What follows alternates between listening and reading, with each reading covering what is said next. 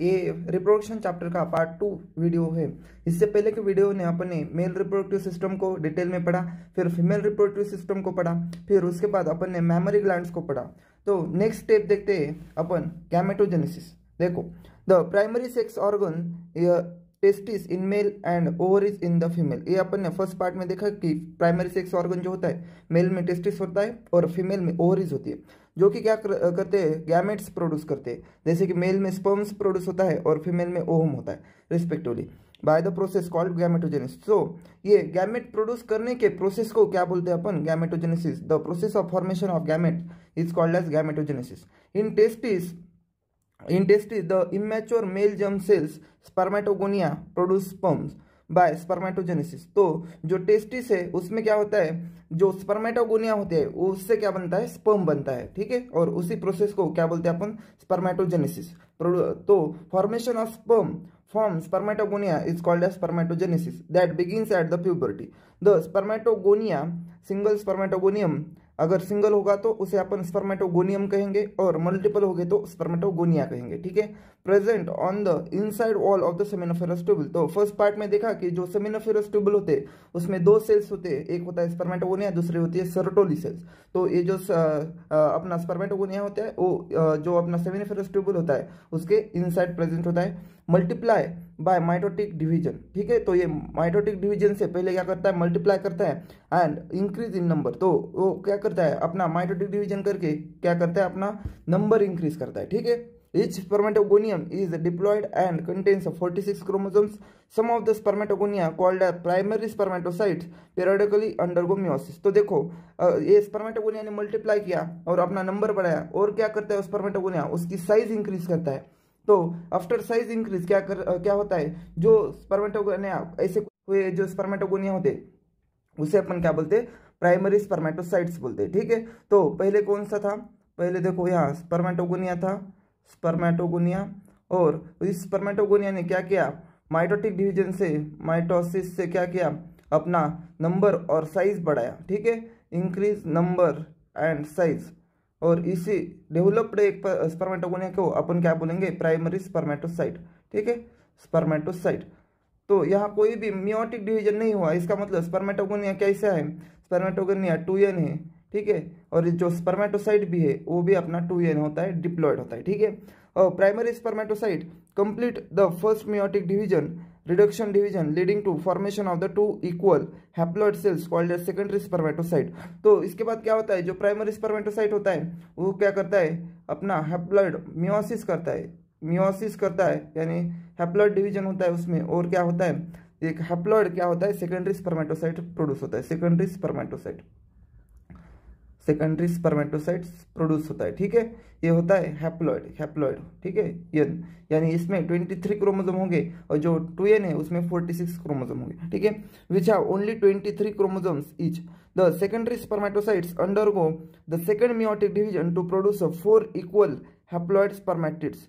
तो इस secondary spermatocyte जो हो उसमें क्या होता है, फिर से क्या होता है, मियोसिस होता है। तो the secondary spermatocytes undergo the second meiotic division to produce 4 equal haploid spermatids. तो ये क्या करता है, मियोसिस करके फिर से क्या करता है, ये पहले जो हुआ था, ये प्राइमरी मियोसिस में 2 स्टेप होते हैं, primary meiosis and secondary meiosis. तो प्राइमरी मियोसिस से क्या बनता है, सेकेंडरी स्पर्मेटोसाइट, और जो सेकेंडरी मियोसिस होता है उसके वजह से क्या बनता है, 4 हैप्लॉइड क्या होते हैं, स्पर्मेटिड बनते हैं। तो यहाँ स्पर्मेटिड बन गए, ठीक है, स्पर्मेटिड बनते हैं, 4 हैप्लॉइड स्पर्मेटिड। तो ये आपको याद रखना है कि जो मियोसिस होता है उसके 2 स्टेप होते हैं, प्राइमरी एंड सेकेंडरी। तो प्राइमरी जब मियोसिस होता है उससे क्या बनता है, सेकेंडरी स्पर्मेटोसाइट। जब सेकेंडरी मियोसिस होता है उससे बनते हैं स्पर्मेटिड्स, ठीक है। What would be the number of chromosome in the spermatid? तो spermatid में नंबर ऑफ क्रोमोसोम कितने होंगे, 23 क्रोमोसोम्स होंगे, क्योंकि वो हैप्लॉइड होता है। The spermatids are transformed into spermatozoa or sperm by the process called as spermiogenesis। तो ये जो spermatids होते हैं वो फिर किस में कन्वर्ट होते हैं, ये कन्वर्ट होते हैं अपने स्पर्म में, जिसे अपन स्पर्मेटोजोआ भी बोलते हैं। और यह जो प्रोसेस होती है conversion of spermatid to sperm, उसे अपन स्पर्मियोजेनेसिस बोलते हैं। समझ में आ गया, ठीक है। After spermiogenesis sperm head become embedded in the Sertoli cells. तो अब एक बार स्पर्म फॉर्म हो गया तो यहाँ क्या हो रहा है, देखो स्पर्मेटिड से स्पर्मेटोजोआ फॉर्म हो गया। ये जो स्पर्मेटोजोआ है उसका हेड क्या होता है, सर्टोली सेल्स में इम्बेड होता है। ठीक है, सर्टोली सेल्स क्या होती है, सर्टोली सेल्स देखो सर्टोली सेल्स जो होती है वो क्या करती है, न्यूट्रिशन प्रोवाइड करती है। तो इसका हेड क्या होता है, सर्टोली सेल में इम्बेड होता है and are finally release from the seminiferous tubule by the process called as spermiation. तो वहाँ क्या होता है, स्पर्म डेवलप होता है एक बार सर्टोलिक सेल के अंदर इम्बेड करने के बाद, और फिर क्या होता है लास्ट में आफ्टर मैच्योरेशन क्या होता है, ये जो स्पर्म होता है वो सेमिनिफेरस ट्यूबुल से बाहर रिलीज किया जाता है। उस प्रोसेस को अपन स्पर्मिएशन बोलते हैं। ठीक है, समझ में आया, इतना ही होता है अपना स्पर्मेटोजेनेसिस। देखो सबसे पहले अपने पास क्या था, स्पर्मेटोगोनिया था। ठीक है, सबसे पहले अपने पास स्पर्मेटोगोनिया था जो कि क्या हुआ, उसका मल्टीप्लाई हो गया बाय माइटोटिक डिवीजन, और उसने मल्टीप्लाई करके क्या होगा, उसका नंबर इंक्रीज किया और साइज भी इंक्रीज किया। तो एक जो मैच्योर स्पर्मेटोगोनिया था उसने जो मल्टीप्लाई किया उसको बाद अपन उसे बोलेंगे प्राइमरी स्पर्मेटोसाइट। अब उस प्राइमरी स्पर्मेटोसाइट क्या करता है, मियोसिस करता है, और मियोसिस करने के बाद प्राइमरी मियोसिस होता है उसमें, और क्या होता है उसका प्राइमरी स्पर्मेटोसाइट का क्या होता है, फर्स्ट मियोटिक डिवीजन में क्या होता है, कन्वर्जन होता है सेकेंडरी स्पर्मेटोसाइट में। तो फर्स्ट मियोटिक डिवीजन में क्या होता है उसका सेकेंडरी स्पर्मेटोसाइट बनता है। जब सेकेंडरी मियोसिस होता है, ठीक है, मियोसिस के दो स्टेप होते हैं, प्राइमरी मियोसिस सेकेंडरी मियोसिस। तो जब सेकेंडरी मियोसिस होता है तब क्या होता है, वो कन्वर्ट होता है स्पर्मेटिड्स में, और कितने स्पर्मेटिड्स, 4 स्पर्मेटिड्स में कन्वर्ट होता है। ठीक है, फिर स्पर्मेटिड्स होने के बाद वो क्या होता है, कन्वर्ट होता है स्पर्मेटोजोआ में, स्पर्मेटोजोआ यानी स्पर्म में कन्वर्ट होता है। उस प्रोसेस को अपन स्पर्मियोजेनेसिस बोलते हैं। आफ्टर स्पर्म फॉर्मेशन जो स्पर्मेटोजोआ प्रोड्यूस हुआ वो क्या करता है, सर्टोली सेल के अंदर इम्बेड होता है, और वहाँ मैच्योर होने के बाद वो सेमिनिफेरस ट्यूबुल से बाहर रिलीज किया जाता है, उसको अपन स्पर्मिएशन बोलते हैं। ठीक है, समझ में आ गया, सिंपल है। ठीक है, spermatogenesis starts at the age of the puberty. तो प्यूबर्टी यानी 14 to 16 के एज में क्या होता है, अपना स्पर्मेटोजेनेसिस स्टार्ट होता है मेल में। To significant increase in the secretion of gonadotrophin releasing hormone. तो प्यूबर्टी में क्या होता है, GnRH का होता है इंक्रीज, और उसी की वजह से क्या होता है, स्पर्मेटोजेनेसिस स्टार्ट होता है। This if you recall is a hypothalamic hormone. तो GnRH क्या है, हाइपोथैलेमिक हार्मोन है। The increased level of GnRH then acts at the anterior pituitary glands and stimulate the secretion of 2 gonadotrophin। देखो जब hypothalamus के hormone increase हो गए तो वो क्या करते हैं, एंटीरियर पिट्यूटरी पे एक्ट करते हैं, और एंटीरियर पिट्यूटरी से 2 हार्मोन्स रिलीज होते हैं। कौन कौन से, luteinizing hormone LH and follicle stimulating hormone FSH, ये 2 हार्मोन्स रिलीज होते हैं एंटीरियर पिट्यूटरी से। ये सब अपन ने केमिकल कोऑर्डिनेशन एंड इंटीग्रेशन में देखा है। LH act at the Leydig cell. तो LH, LH और L फॉर लेडिक सेल। तो LH क्या करता है, लेडिक सेल पे एक्ट होता है एंड स्टिमुलेट करता है synthesis and secretion of the androgen. Androgen यानी हार्मोन अपना टेस्टोस्टेरोन। ठीक है, टेस्टोस्टेरोन। तो LH क्या करता है, लेडिक सेल पे एक्ट होके एंड्रोजन सिक्रेट करवाता है। फिर androgens in turn stimulate the process of spermatogenesis, और यही एंड्रोजन क्या होते हैं, अपने स्पर्मेटोजेनेसिस में क्या करते हैं, पार्टिसिपेट करते हैं और उसे स्टिमुलेट करते हैं। FSH जो दूसरा हार्मोन है, FSH acts on the Sertoli cell. तो वो सर्टोली सेल पे एक्ट करता है एंड स्टिमुलेट करता है किसको, secretion of some factors which help in the process of spermiogenesis. तो ये जो FSH है वो सर्टोली सेल पे एक्ट करके ऐसे कुछ फैक्टर बनाता है जो कि इस प्रोसेस ऑफ स्पर्मियोजेनेसिस में हेल्प करे। ठीक है, समझ में आ गए। अब नेक्स्ट देखते हैं, let us examine the structure of the sperm. Sperm का अपन स्ट्रक्चर देखते हैं। जो स्पर्म है अपना माइक्रोस्कोपिक उसका स्ट्रक्चर देखते हैं। तो उसमें क्या क्या है, हेड है, नेक है, मिडल पीस एंड टेल होता है। तो देखो ये हेड है, फिर नेक, मिडल पीस एंड टेल, ये 4 पार्ट्स होते हैं स्पर्म में। ठीक है, और plasma membrane involve the whole body of a sperm. तो पूरा एक प्लाज्मा मेम्ब्रेन होता है, वो क्या करता है, इन्वॉल्व करता है, कवर करता है पूरे बॉडी को स्पर्म के। ठीक है, the sperm head contains an elongated haploid nucleus. तो स्पर्म में अपन ने अभी देखा कि क्या होता है, हैप्लॉइड न्यूक्लियस प्रेजेंट होता है। तो वो कैसे होता है, इलोंगेटेड हैप्लॉइड न्यूक्लियस प्रेजेंट होता है। ठीक है, the anterior portion of which is covered by a cap like structure, acrosome. तो एंटीरियर पोर्शन को अपन एक्रोजम बोलते हैं। The acrosome is filled with enzymes that help in fertilization of the ovum. तो इस एक्रोजम में क्या होता है, एंजाइम्स प्रेजेंट होते हैं, और कौन कौन से होते हैं एंजाइम्स वो अपन आगे देखेंगे। ठीक है, तो एंजाइम्स प्रेजेंट होते हैं, यहाँ इतना याद रखो। The middle piece possess numerous mitochondria. Middle piece में देखो यहाँ माइटोकॉन्ड्रिया दिखाई दे रहे हैं, तो ये न्यूमरस माइटोकॉन्ड्रिया मिडल पीस में होते हैं, which produce energy for the movement of a tail that facilitate the sperm motility, essential for the fertilization. The human male ejaculate about 200 to 300 million sperms during a coitus. तो एक time के coitus में कितने sperm release होते हैं? 200 to 300 million sperms release होते हैं। तो ये नंबर आपका एमसीक्यू बन सकता है, इसको याद रखना है, ठीक है।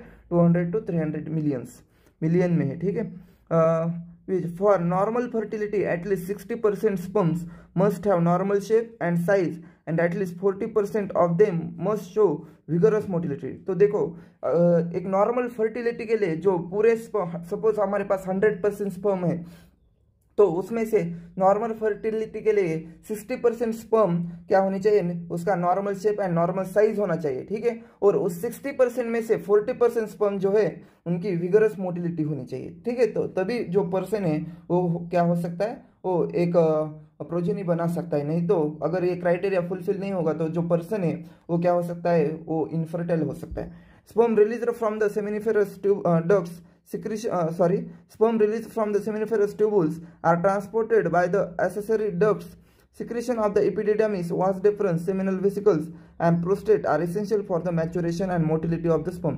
तो ये याद रखना कि जो कौन कौन से ग्लैंड के देखो सिक्रेशन ऑफ इपिडिडमिस, किस किस का सिक्रेशन स्पर्म के मैच्योरिटी में और मोटिलिटी में हेल्प करता है? तो secretion of epididymis, vas deferens, seminal vesicles and prostate. तो इन सभी के क्या है? सिक्रेशन जो है स्पर्म की मैच्योरेशन और मोटिलिटी में हेल्प करते हैं।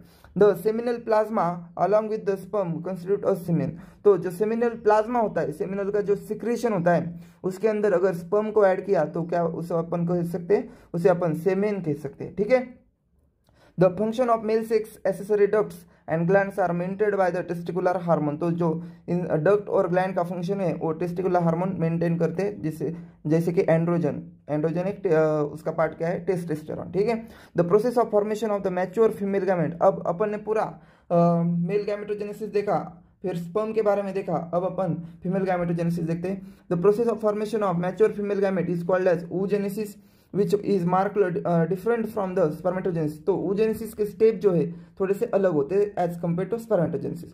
oogenesis is initiated during the embryonic development. तो ये जो oogenesis है, अपन ने देखा कि जो स्पर्मेटोजेनेसिस है वो प्यूबर्टी के बाद क्या होता है?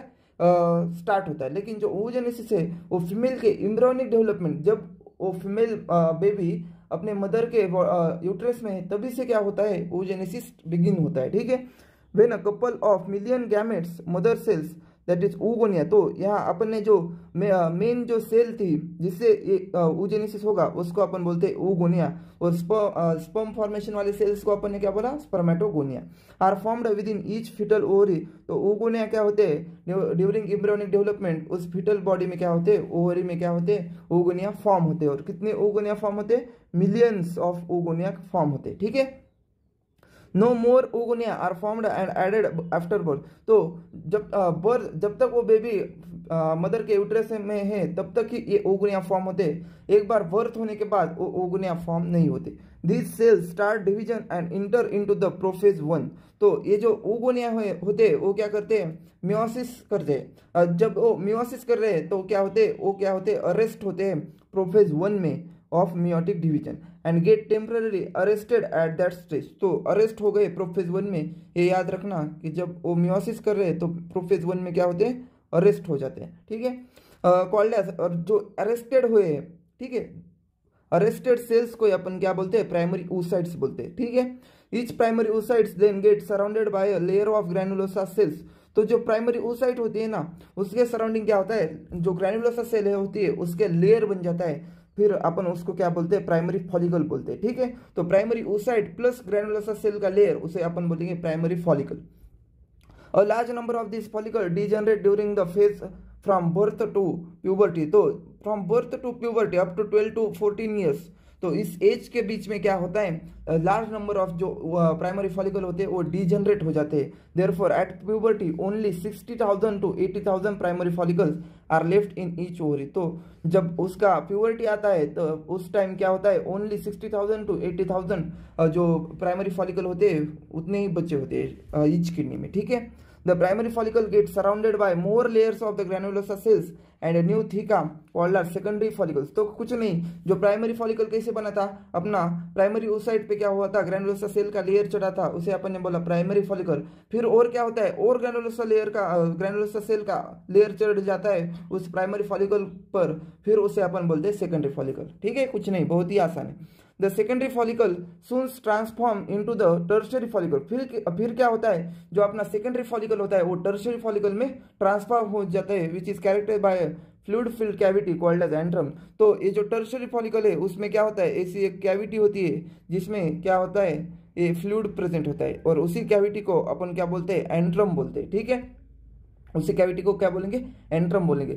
द थीका लेयर, तो अब देखो जो इस टर्शियरी फॉलिकल है उसमें दो लेयर प्रोड्यूस होते हैं, जो ग्रैन्युलोसा सेल का उसके अराउंड लेयर हुआ था, तो वो ग्रैन्युलोसा सेल के लेयर क्या होते हैं, दो लेयर में डिवाइड हो जाते हैं। तो कौन कौन सा, theca layer is organize into inner theca interna and outer theca externa, ऐसे दो लेयर बन जाते हैं। तो कुछ नहीं, टर्शियरी फॉलिकल में इतना याद रखना, एक तो एंट्रम कैविटी प्रोड्यूस होती है, जो कैविटी प्रोड्यूस होती है उसे अपन एंट्रम बोलते हैं, और दो लेयर प्रोड्यूस होते हैं, theca interna and theca externa. ये कैरेक्टरिस्टिक फीचर है अपना टर्शियरी फॉलिकल का। It is important to draw your attention that it is this stage that the primary oocyte within the tertiary follicle grows in size and complete its first meiotic division। तो अब तक first step से इस tertiary follicle तक जो अपना oocyte था वो प्राइमरी oocyte था। अब वो किस में था, प्रोफेज 1 में अरेस्टेड था। अपन ने देखा कि वो प्रोफेज 1 में अरेस्टेड था। तो वो क्या होता है, इस टर्शियरी फॉलिकल में क्या होता है, इस टर्शियरी फॉलिकल में वो अपना जो फर्स्ट मियोसिस डिवीजन है वो कंप्लीट करता है। ठीक है, it is an unequal division. तो ये जो मियोटिक डिवीजन होता है वो अनइक्वल डिवीजन होता है, resulting in the formation of a large haploid secondary oocyte। तो एक large haploid secondary oocyte produce होती है और एक टाइनी पोलर बॉडी प्रोड्यूस होती है, जो कि फर्स्ट पोलर बॉडी होती है। ठीक है, द सेकेंडरी oocyte, अब जो सेकेंडरी oocyte प्रोड्यूस होगी retain bulk of the nutrient. अब देखो वहाँ अनइक्वल डिवीजन हुआ था, तो जो मेन बल्क है वो कहाँ जाता है, सेकेंडरी oocyte में चला जाता है। ठीक है, rich in cytoplasm of the primary oocyte। Can you think of any advantage for this. तो इसका कोई एडवांटेज है क्या, ये आप उसका पता लगा सकते हो। तो ये जो क्वेश्चन का आंसर है आपको निकालना है। ठीक है, does the first polar body born out of first meiotic division divide further. तो ये भी एक क्वेश्चन है कि जो फर्स्ट पोलर बॉडी यहाँ फॉर्म हुई तो वो पोलर बॉडी क्या फर्दर डिवाइड करती है, ये भी एक क्वेश्चन है, इसका भी आंसर आपको निकालना है। ठीक है, at present we are not very certain. तो उन्होंने बताया कि इस समय में अपन को इतना पता नहीं है। ठीक है, not very certain about this the tertiary follicle further changes into the mature follicle, जिसे अपन बोलते हैं ग्राफियन फॉलिकल। तो वही टर्शियरी फॉलिकल क्या होता है, फिर कन्वर्ट होता है ग्राफियन फॉलिकल में। ठीक है, तो यहाँ उन्होंने डायग्रामेटिकली दिखाया है कि फर्स्ट कौन सा होता है, प्राइमरी फॉलिकल। यहाँ प्राइमरी फॉलिकल दिखा है कि इसमें क्या हो सकता है, इसमें होता है प्राइमरी oocyte होता है, जो कि प्रोफेज 1 में अरेस्टेड होता है, और उसके अराउंड क्या होता है, ये ग्रैन्युलोसा सेल का लेयर चढ़ जाता है, और अपन बोलते हैं उसको प्राइमरी फॉलिकल। फिर इस प्राइमरी फॉलिकल के बाद क्या होता है, सेकेंडरी फॉलिकल तैयार होता है, जिसके अराउंड क्या होता है, और ग्रैन्युलोसा सेल्स का क्या होता है, लेयर चढ़ जाता है, उसे अपन बोलते हैं सेकेंडरी फॉलिकल। फिर देखो इस टर्शियरी फॉलिकल में क्या होता है, इधर कैविटी प्रोड्यूस होती है, इस कैविटी को अपन ने बोला कि एंट्रम होता है। तो ये कैविटी किसका फीचर है, टर्शियरी फॉलिकल का फीचर है। फिर ग्राफियन फॉलिकल में वो टर्शियरी फॉलिकल क्या होता है, डेवलप हो जाता है। ठीक है, अब आगे देखते हैं, the secondary oocyte forms new membrane called as zona pellucida. तो जो अपना सेकेंडरी oocyte प्रोड्यूस हुआ, तो वो सेकेंडरी oocyte क्या करता है, लेयर प्रोड्यूस करता है, जिसे बोलते हैं zona pellucida surrounding it. The graafian follicle now rupture to release the secondary oocyte from the ovary by the process called ovulation. तो अब क्या होता है, जो एक बार उस सेकेंडरी oocyte के अराउंड लेयर प्रोड्यूस हो गया, जिससे अपन जोना पेलुसिडा बोलते हैं, प्रोड्यूस होने के बाद क्या होता है, वो ग्राफियन फॉलिकल रप्चर होता है। तो ये जो देखो इधर ग्राफियन फॉलिकल क्या हुआ, रप्चर हो गया, और उससे क्या होता है, ओवम रिलीज हो जाता है, उस प्रोसेस को अपन ओवुलेशन बोलते हैं। Can you identify major differences between spermatogenesis and oogenesis। तो देखो यहाँ डायग्रामेटिकली अपन को स्पर्मेटोजेनेसिस एंड oogenesis उन्होंने एक्सप्लेन किया है। देखो जो स्पर्मेटोजेनेसिस है वो प्यूबर्टी में स्टार्ट होता है, और अपन ने अभी पढ़ा कि जो oogenesis होता है वो कब स्टार्ट होता है, एम्ब्रियोनिक लाइफ में ही स्टार्ट होता है, एम्ब्रियोनिक स्टेज में ही स्टार्ट हो जाता है। ठीक है, अब अपन oogenesis को देखेंगे। तो सबसे पहली कौन सी सेल थी, स्पर्मेटोगोनिया था। उसमें क्या किया, उसने माइटोसिस किया, अपना नंबर बढ़ाया, अपना साइज बढ़ाया, और क्या वो किसमें कन्वर्ट हो गया, प्राइमरी स्पर्मेटोसाइट में कन्वर्ट हो गया। After conversion into primary spermatocyte वो क्या करता है, फर्स्ट मेयोटिक डिवीजन करता है और सेकेंडरी स्पर्मेटोसाइट प्रोड्यूस करता है, और फिर क्या करता है, सेकेंडरी मेयोटिक डिवीजन करने के बाद वो स्पर्मेटिड में कन्वर्ट होता है और यहाँ वो क्या करता है, 4 स्पर्मेटिड्स बनाता है, ठीक है। और वही स्पर्मेटिड्स क्या करते हैं, डिफ्रेंशिएट होते हैं, स्पर्मेटोजोआ में कन्वर्ट होते हैं, जिसे अपन स्पर्म भी बोलते हैं, ठीक है। तो ये होता है स्पर्मेटोजेनेसिस। अब oogenesis देखते हैं। oogenesis स्टार्ट होता है एम्ब्रियोनिक स्टेज में और इसके फर्स्ट सेल होते हैं oogonia, ठीक है। वो oogonia जो होती है वो माइटोटिक डिवीजन करती है और प्राइमरी oocyte प्रोड्यूस करती है। अब ये जो प्राइमरी oocyte होती है ना, जो प्राइमरी oocyte होती है ये प्रोफेज 1 में अरेस्टेड रहती है, ठीक है, प्रोफेज 1 में अरेस्टेड होती है, ठीक है। तो यहाँ ये माइटोसिस नहीं होगा, यहाँ मियोसिस होता है, ठीक है, मियोसिस होता है और वो क्या होती है, प्रोफेज 1 में अरेस्टेड रहती है, फिर वो फर्स्ट मेयोटिक डिवीजन कंप्लीट करती है और सेकेंडरी oocyte में कन्वर्ट हो जाती है, ठीक है, सेकेंडरी oocyte में कन्वर्ट हो जाती है। फिर वो क्या होता है, ग्राफियन फॉलिकल से रिलीज होके ओवम रिलीज करती है, ठीक है। और उसका जो देखो यहाँ ध्यान दो कि ओनली फर्स्ट मेयोटिक डिवीजन यहाँ कंप्लीट हुआ है इस प्रोसेस में, जो इसका सेकेंडरी मेयोटिक डिवीजन है वो after entry of sperm into the ovum वो क्या होता है, उसका सेकेंडरी मेयोटिक डिवीजन तब कंप्लीट होता है। तो जो सेकेंडरी मेयोटिक डिवीजन होता है, सेकेंडरी मेयोटिक डिवीजन कब कंप्लीट होता है, after entering of the sperm, after sperm entry into ovum, ठीक है, इनटू ओवम, ठीक है। अब अपन को ये पूरा जो oogenesis से स्पर्मेटोजेनेसिस से पूरा समझ में आ गया। अब नेक्स्ट देखते हैं अपन मेंस्ट्रुअल साइकिल। देखो, the reproductive cycle in the female primates, monkeys, apps and human beings, तो इनमें क्या होती है, मेंस्ट्रुअल साइकिल होती है, ठीक है। The first menstruation begins at puberty और उसे अपन मिनार्के बोलते हैं। देखो, जब फर्स्ट मेंस्ट्रुएशन स्टार्ट होता है कोई भी फीमेल में, उस टाइम उसको क्या बोलते हैं अपन, मिनार्के बोलते हैं, ठीक है। तो starting of menstruation is called menarche, ठीक है। The human females menstruation cycle is repeated at an average interval of about 28 to 29 days का ये मेंस्ट्रुअल साइकिल होता है। And the cycle of the event starting from one menstruation till the next one is called as menstrual cycle. तो एक menstrual cycle से अगले menstrual cycle की जो ड्यूरेशन होता है, इसमें बहुत सारे इवेंट होते हैं, उस इवेंट को अपन क्या बोलते हैं, मेंस्ट्रुअल साइकिल बोलते हैं। वन ओवम इज रिलीज, जिसे अपन ओवुलेशन बोलते हैं, during the middle of each menstrual cycle. तो ईच मेंस्ट्रुअल साइकिल के मिडल में, यानी 28 डेज के मेंस्ट्रुअल साइकिल होती है, उसके 14 डेज में क्या होता है, ओवुलेशन होता है और ओवम रिलीज होता है, ठीक है। The major events of the menstrual cycles are shown in the figure. तो फिगर में अपन को मेंस्ट्रुअल साइकिल के इवेंट्स दिखाए। तो पहला होता है मेंस्ट्रुएशन, ये फर्स्ट स्टेप होती है, फिर होती है फॉलिकुलर फेज, फिर एक होती है लुटियल फेज, ठीक है। तो ऐसे 3 फेज होते हैं। फॉलिकुलर को अपन प्रोलिफरेटिव फेज भी बोलते हैं और लुटियल फेज को सिक्रेटरी फेज भी बोलते हैं, ठीक है।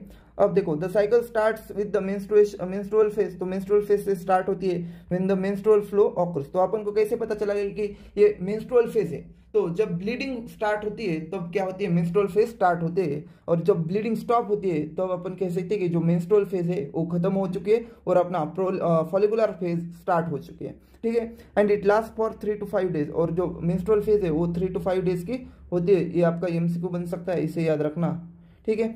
The menstrual flow result due to breakdown of endometrial lining. तो ये ब्लीडिंग हो क्यों रही है, मेंस्ट्रुअल फ्लो हो क्यों रहा है, ये होता है ड्यू टू एंडोमेट्रियल लाइनिंग के ब्रेकडाउन की वजह से, ठीक है, of the uterus and its blood vessels which forms a liquid that comes out through the vagina.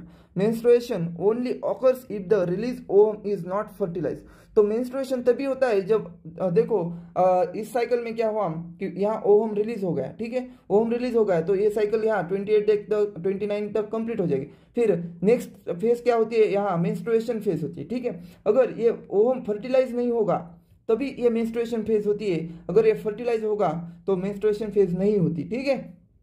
तभी अपन कहते हैं ना, जब प्रेग्नेंट लेडी होती है तो उसमें मेंस्ट्रुएशन नहीं होता है। तो इसी का वही रीजन है कि जो ओवम है वो फर्टिलाइज होने के बाद मेंस्ट्रुएशन नहीं होता।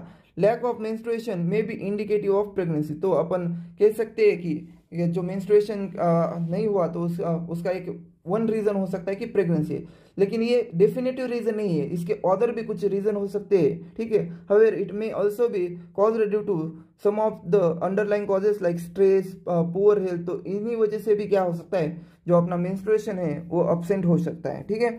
The menstrual phase is followed by the follicular phase. तो मेंस्ट्रुअल फेज के बाद कौन सी फेज आती है, फॉलिकुलर फेज आती है। During this phase the primary follicles in the ovary grow to become a fully mature graafian follicle. तो जो फॉलिकुलर फेज है उसमें क्या होता है, अपन ने ऊजनिस में जो देखा कि प्राइमरी फॉलिकल ग्राफियन फॉलिकल में कन्वर्ट होता है, तो वो पूरा जो कन्वर्जन होता है primary to secondary, secondary to tertiary और टर्शियरी टू ग्राफियन, ये पूरा क्या होता है इस फॉलिकुलर फेज में कन्वर्जन होता है, ठीक है। And Graafian follicle and simultaneously the endometrium of the uterus regenerate through the proliferation. तो यहाँ अपन क्लियरली देख सकते हैं कि जो एंडोमेट्रियम का साइज है वो धीरे धीरे बढ़ते जा रहा है। तो जो अपना प्रोलिफरेटिव फेज है उसमें क्या होता है, एंडोमेट्रियम का जो थिकनेस है वो इंक्रीज होता है, ठीक है। This changes in the ovary and the uterus are induced by the change in the levels of the pituitary and ovarian hormones. तो ये जो चेंजेस है वो कौन डिसाइड कर रहा है, तो अपने पिट्यूटरी एंड ओवरियन हार्मोन ये क्या करते हैं, डिसाइड करते हैं, ठीक है। The secretion of the gonadotrophin LH and FSH increase gradually during the follicular phase and stimulate the follicular development as well as the secretion of the estrogen by the growing follicles। तो देखो यहाँ अपन देख सकते हैं कि जो FSH and LH है वो क्या होते हैं, मेंस्ट्रुएशन साइकिल से जब जब अपन फॉलिकुलर फेज में ऐसे फॉरवर्ड जाते हैं तो ये धीरे धीरे हार्मोन्स क्या करते हैं, इंक्रीज होते हैं। तो FSH और LH क्या होते हैं, धीरे धीरे इंक्रीज होते हैं, और वो उन्हीं की वजह से क्या हो सकता है, होता है कि जो ईस्ट्रोजन होता है वो भी क्या होता है, इंक्रीज होता है, और क्या होता है अपना जो ओवम होता है यहाँ मैच्योर होता है, ठीक है।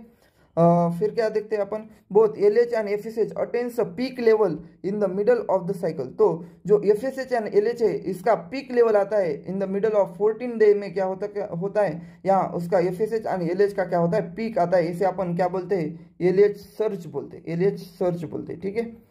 तो इसको इस पीक को अपन ने बोला LH सर्ज, ठीक है। in a 14 day rapid secretion of LH leading to its maximum level during the mid cycle called as LH surge, ठीक है। इंड्यूस, तो इसी LH सर्ज की वजह से क्या होता है, अपना रप्चर ऑफ ग्राफियन फॉलिकल होता है, और उसी की वजह से क्या होता है, ओवम वहाँ से क्या होता है, ओवरी से रिलीज होता है, उससे अपन ओवुलेशन बोलते हैं।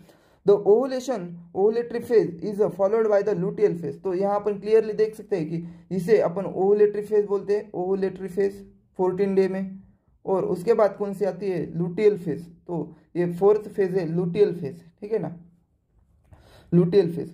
तो ड्यूरिंग विच क्या होता है, the remaining part of the graafian follicle transform as a corpus luteum. तो जो ग्राफियन फॉलिकल रप्चर होने के बाद जो बचा होता है उसका पार्ट, वो क्या होता है, इस लुटियल फेज में कन्वर्ट होता है, किसमें, कार्पस लुटियम में, ठीक है। The corpus luteum secrete large amount of progesterone. तो ये बात याद रखना, ये आपका MCQ बन सकता है कि कार्पस लुटियम कौन सा हार्मोन प्रोड्यूस करता है, तो प्रोजेस्टेरॉन कार्पस लुटियम बनाता है, which is essential for the maintenance of the endometrium.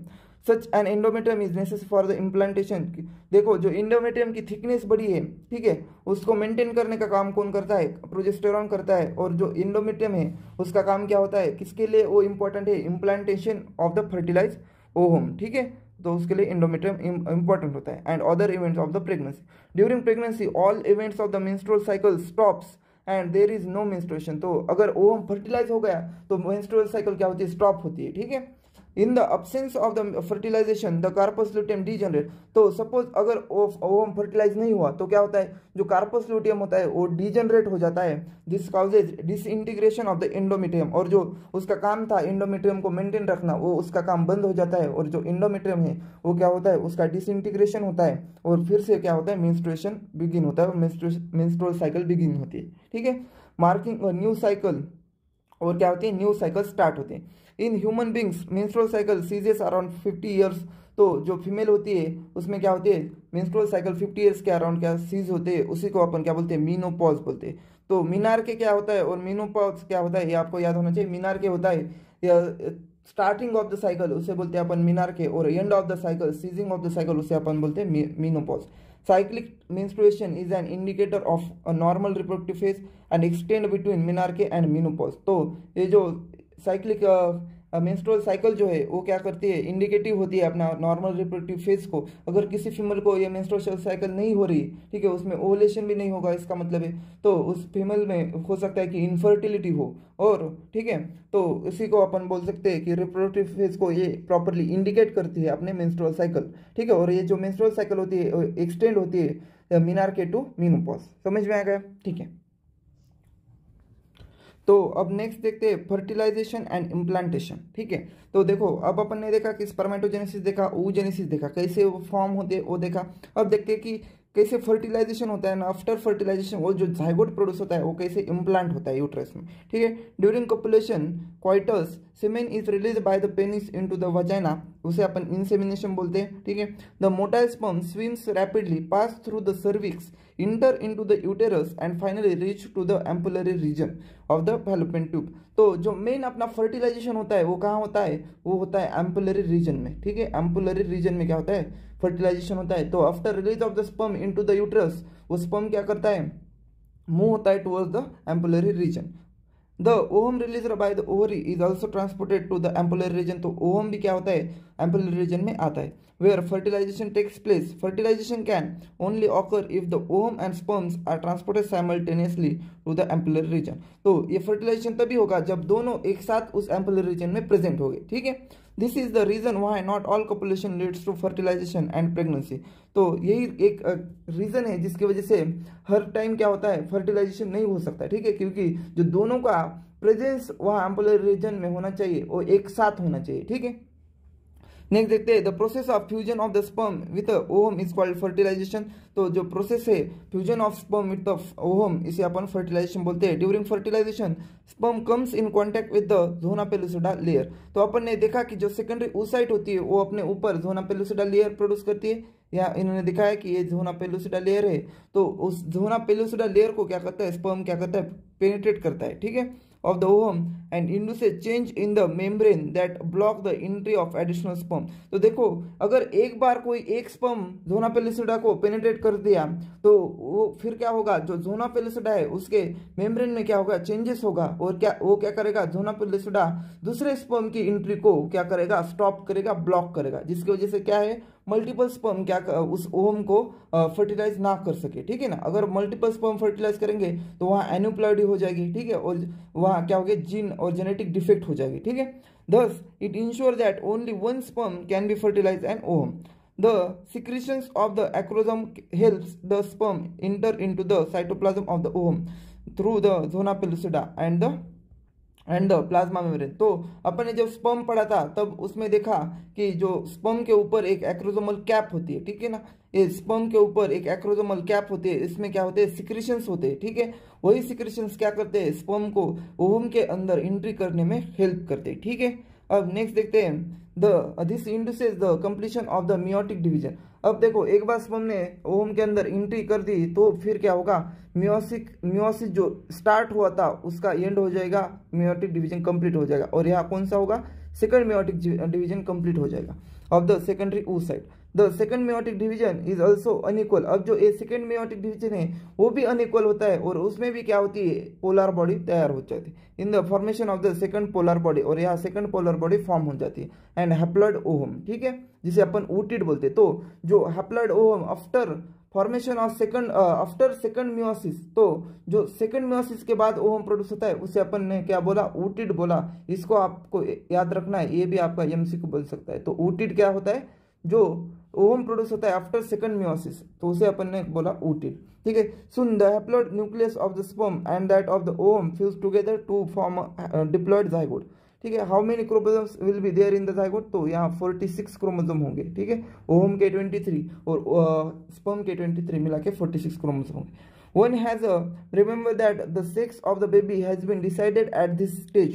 तो इसी स्टेज में क्या हो सकता है कि बेबी का सेक्स डिसाइड होता है, ठीक है। तो कैसे वो देखते हैं, अपन को पता है कि जो क्रोमोसोम होता है इन द ह्यूमन फीमेल एक सेक्स होता है, फीमेल में एक सेक्स होता है, एंड दैट ऑफ मेल में एक वाई होता है। तो जो फीमेल होती है, ठीक है, फीमेल में क्या होता है, एक सेक्स होता है, ठीक है, फीमेल में एक सेक्स होता है, और मेल में कौन सा होता है, क्रोमोसोम कितने होते हैं, एक्स वाई होते हैं, ठीक है। तो एक सेक्स क्रोमोसोम होते हैं। Therefore all the haploid gametes of the ओवा, तो फीमेल में जो भी हैप्लॉइड गैमेट्स हो जाएगी, जो भी ओवम प्रोड्यूस हो गए वो सारे क्या हो गए, एक्स ही हो गए, ठीक है, क्योंकि इसमें कोई और चेंजेस है ही नहीं, एक्स एक्स है तो एक्स ही हैप्लॉइड गैमेट हो जाएंगे। लेकिन जो मेल है, ठीक से, female have the sex chromosome X, where as the male gamete sperms the sex chromosome could be either X और वाई। तो मेल में क्या हो सकता है, एक तो एक्स और वाई दोनों की भी चांसेस हो सकते हैं। तो देखो यहाँ hints 50% chances of sperm carry the x chromosome, तो यहाँ दो है तो इसमें क्या हो सकता है कि 50% चांस है कि एक्स हो और 50% चांस है कि वो वाई हो सकता है, ठीक है, while the other 50% carry the Y. After fusion of the male and female gamete, the zygote could carry either XX और XY. तो देखो अगर इसका फर्टिलाइजेशन होगा तो जाइगोट XX बन जाएगा और ये क्या होगी, फीमेल हो जाएगी, जो बेबी है वो फीमेल हो जाएगा। और अगर इस दोनों का फर्टिलाइजेशन होगा तो XY बनेगा और जो है वो मेल बेबी हो जाएगी, ठीक है। तो ये 50% चांस होता है, ठीक है। Where the sperm carrying the X और Y fertilize the ovum, the zygote carrying XX would develop into female baby and XY would form a male, ठीक है। You will learn more about the chromosomal patterns in chapter 5. This is why scientifically it is correct to say that the sex of the baby is determined by the father and not by the mother. तो ये आप scientifically कह सकते हैं कि जो sex है वो बेबी का वो किस पे डिपेंड होता है, फादर पे डिपेंड होता है और नॉट बाय द मदर, ठीक है। The mitotic division starts as the zygote moves. तो देखो यहाँ zygote फॉर्म हो गया, ये zygote फॉर्म हो इधर नहीं, यहाँ zygote फॉर्म हो गया। इस zygote जो है वो क्या होता है, फिर zygote में क्या होता है, माइटोटिक डिवीजन होता है, सॉरी माइटोटिक डिवीजन होता है, ठीक है। जैसे ये zygote फॉर्म होता है वो क्या होता है, एम्पुलस से ऐसे ऐसे यूट्रस की तरफ आगे बढ़ता है और उसमें क्या होता है, माइटोटिक डिवीजन होता रहता है through the isthmus of the oviduct called as cleavage towards the uterus। तो उस डिवीजन को क्या बोलेंगे अपन, क्लीवेज बोलते हैं, ठीक है। And forms 2, 4, 8, 16 daughter cells called as blastomere. And उसमें क्या होता है, पहले जाइगोट से 2 सेल का जाइगोट, फिर 4, 8, 16 ऐसे number of the cells increase होते रहते हैं और उसे अपन क्या बोलते हैं, ब्लास्टोमियर्स बोलते हैं, ठीक है। The embryo with 8 to 16 cells blastomeres is called as morula. तो जिस जाइगोट में क्या होगा, 8 to 16 ब्लास्टोमियर होगी तो उसे अपन ने क्या बोला, मोरुला बोला। तो यहाँ 8 ब्लास्टोमियर है तो उसे अपन ने बोला मोरुला, ठीक है। 8 to 16 को मोरुला बोलते हैं। The morula continues to divide and transform into blastocyst. तो जो मोरुला है वो कन्वर्ट होता है, फिर क्या होता है, यही मोरुला कन्वर्ट होता है किसमें, ब्लास्टोसिस्ट में, ठीक है, ब्लास्टोसिस्ट, ठीक है। As it moves further into the uterus, the blastomeres in the blastocysts are blastomeres यानी वो सेल्स, ठीक है। इस एक सेल को अपन ने बोला ब्लास्टोमियर, ठीक है। ये एक ब्लास्टोमियर, ये 2, 1, 3, ये 4 ब्लास्टोमियर। तो ये ब्लास्टोसिस्ट के अंदर भी ये ब्लास्टोमियर होते हैं, ठीक है। Blastomeres in the blastocyst are arrange into an outer layer called as trophoblast and the inner group of the cell attached to the trophoblast called as a inner cell mass.